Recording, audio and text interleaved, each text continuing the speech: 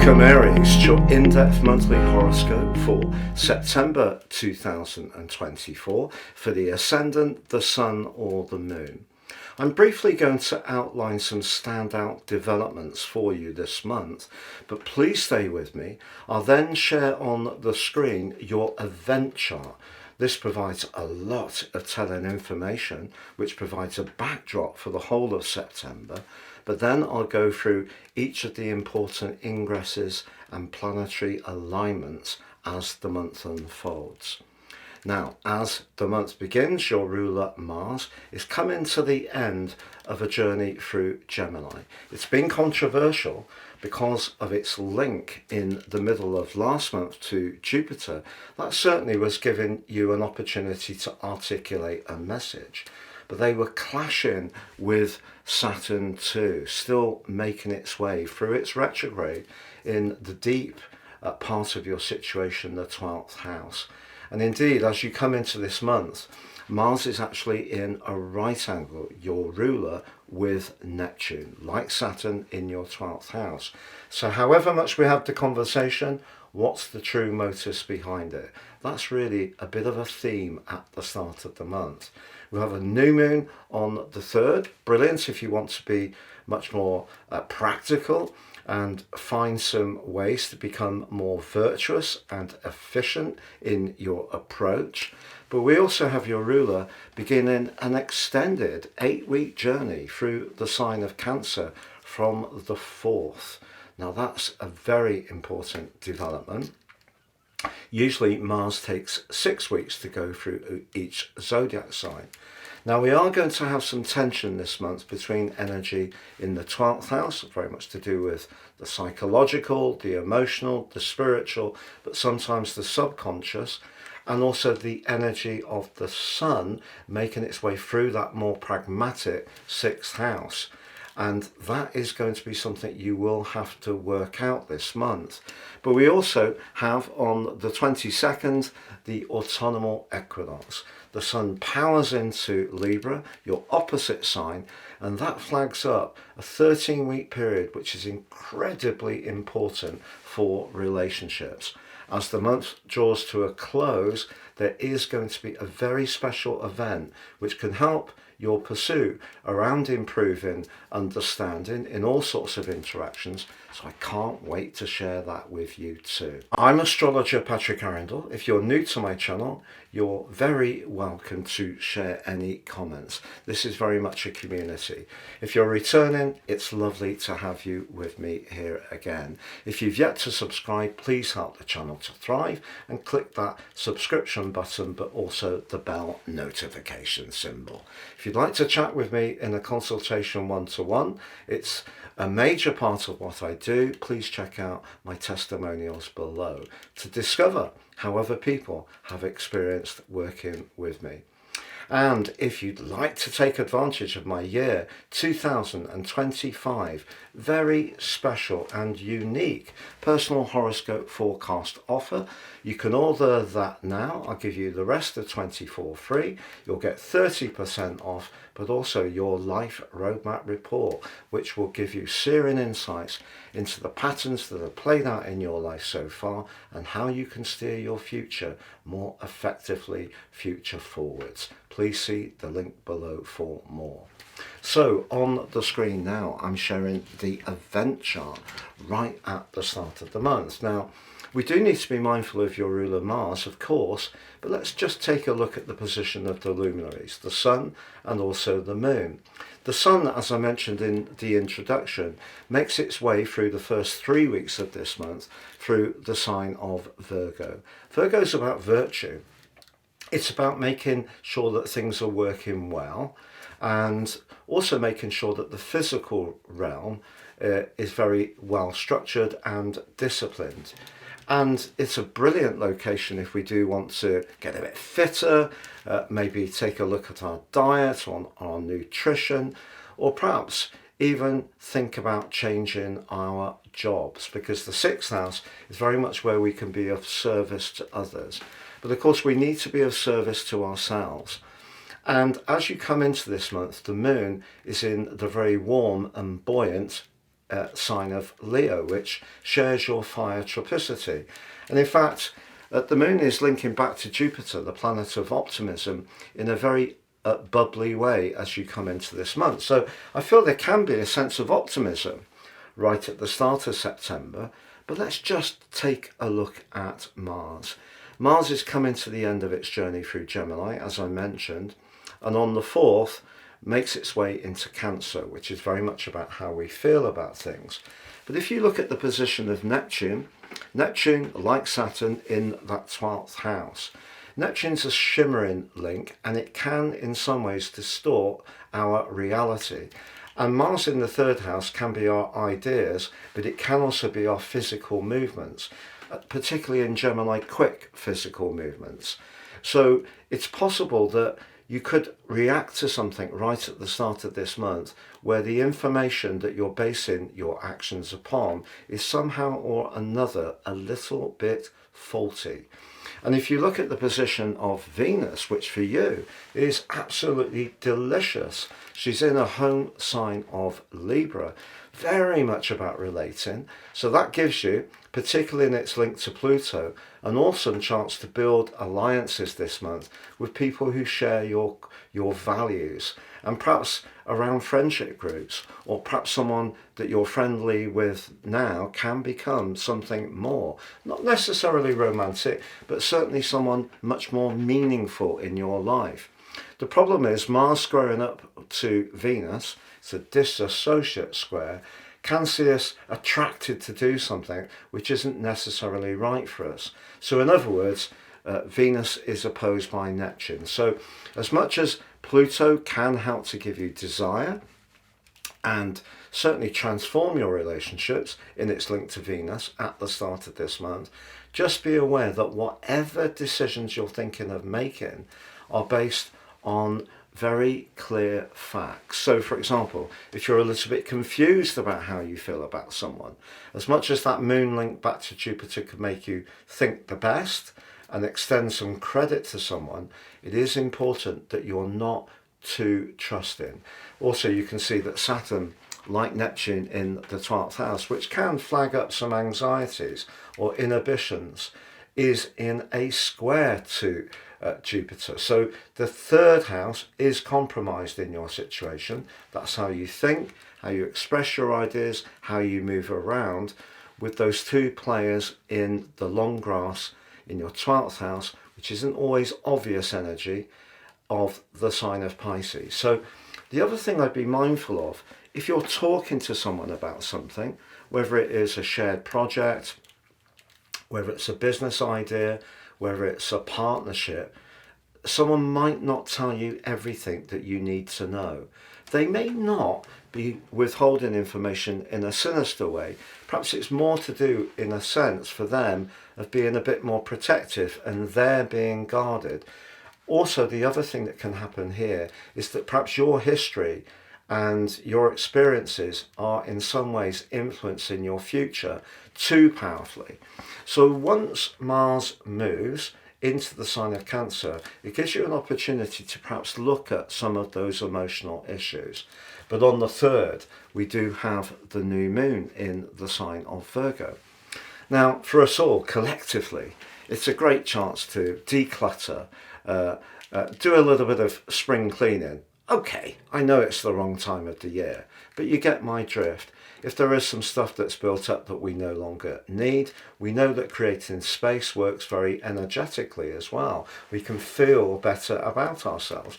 If we've been putting off going to a routine checkup, say for example the dentist, 6th house energy, awesome for that too. So set your intentions on that new moon around anything where you can bring some gradual but important, and perhaps on the face of it, small changes which add up to something much more significant.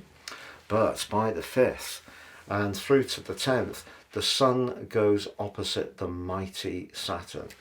The Sun in the sign of Virgo, asking you to find those ways to improve things, could suddenly hit a little bit of an energetic crisis. You may find that you're thrust to change some part of your life, even though the new moon is cheering you on, isn't quite there. It's harder to gain traction. So if you find that your physical vitality does dip down a little bit through the 4th or the 5th through to about the 10th, try to take this in your stride. It may also seem that people keep raising unexpected objections that don't really seem to be very relevant, and that could be very irritating, because remember, the sign of Virgo likes things to be neat and tidy, and when things don't work, that can prove to be frustrating. Also, when it comes to your professional situation, just be aware of who hasn't got your back. I don't want you to be overly anxious about what this month holds, but just be conscious that sometimes politics do have a role. And even if we're being very productive, efficient, applied, dedicated, and also making sure that we're fulfilling our obligations in a very precise way, or Virgo, someone else could, Saturn and Neptune, make some subtle criticisms, but not necessarily directly to you. Now, there's an electric energy at the start of the month. As the month moves forwards from the 4th to the 10th, that's really starting to pick up, and it becomes exact on the 7th, so at the end of the first week. If you do find yourself feeling a bit impulsive about resources, that could be a little bit of a hint.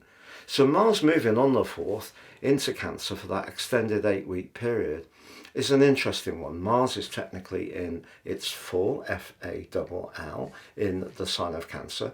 One of the things we can get with Mars in Cancer is a bit of grumpiness, maybe a little bit of defensiveness, but it also can give you an opportunity to find the push, along with the Sun in the reforming 6th house, to make those physical changes at home. So if you have been wanting to refit something or renovate something or upcycle something, that's a good combination, to be honest. If you are someone who would like to start a home-based business that offers services in your local community, Mars moving into Cancer and the new moon energy coming from the Sun in Virgo are very helpful to you, as long as you're aware of those potential gotchas that lie in the more subconscious realm with Saturn and Neptune. And perhaps in some ways, Aries, what's coming up for me, might you at times be tempted to self-sabotage yourself, be too self-critical, let your own insecurities, Saturn and Neptune in the 12th house, get in the way of the amount of physical vitality and energy that you can manifest. Do watch out for that, because I feel that is not going to be good for you. But we also have the arrival of Mercury back in the sign of Virgo on the 9th.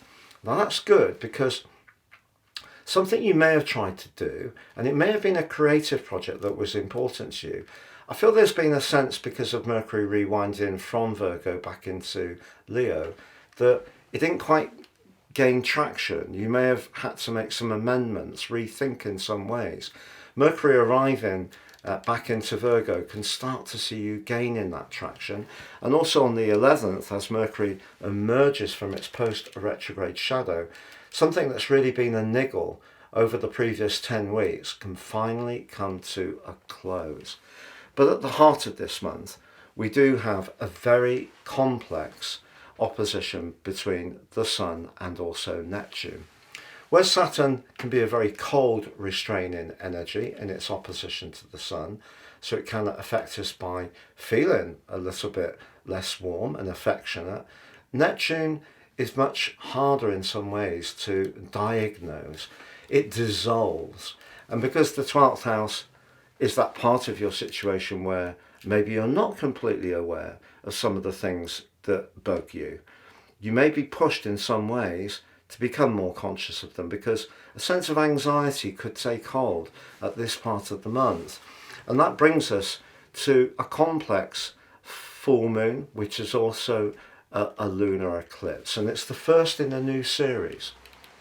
we've had a series going on, and we've still got it going on, between the signs of Aries and also Libra. So we got another solar eclipse coming on the 2nd of October. We've got another solar eclipse coming in your sign next year in the spring.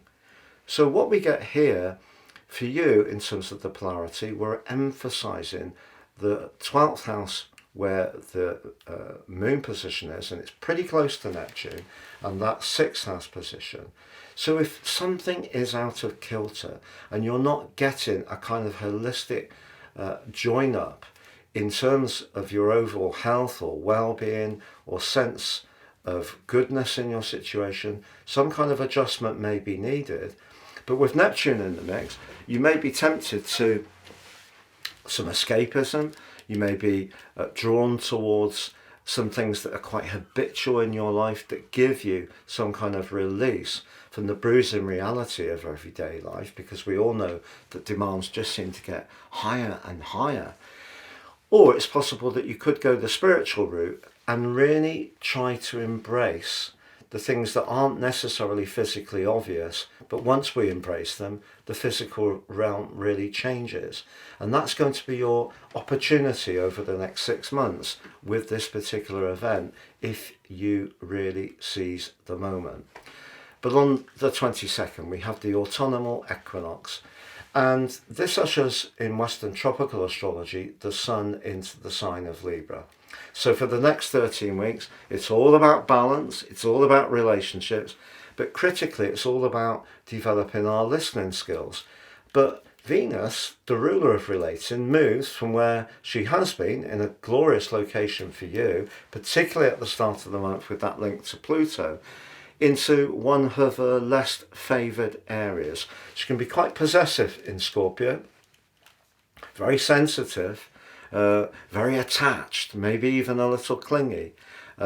Maybe it's a time when the psychology of one close relationship is going to become more obvious.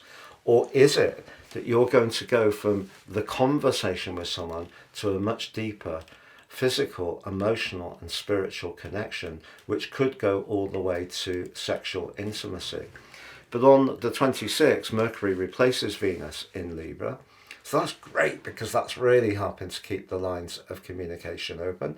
And then we have a Mercury cazimi right at the end of the month. But because Mercury is not in retrograde, therefore it's a superior conjunction, the opportunity to illuminate your situation and understand much more your connections to others, the importance of those connections, what you're prepared to give, what you expect from others, where you're going to set your boundaries, where you're going to compete with people. All of this energy really comes to the fore through this autumnal equinox at the end of the month. But I think the overwhelming theme for the rest of the month is making sure that your motivations are based on strands that give you some kind of tangible benefit in a practical way, but just don't ignore the emotional, spiritual and psychological domain, because if you do, that can really affect your physical vitality, but also your spirits. If you're prepared to try to integrate the two polarities, particularly with that lunar eclipse, then by the end of this month, you could have reformed quite a few areas of your life, but also become much cannier about who's not really in your corner, because the 12th house can be secret enemies, and Saturn, of course, can be very tricky. But you will know by the end of the month who you can relate to, who's for you, and who are the alliances you need to work harder upon. Have a great September. All the best and goodbye.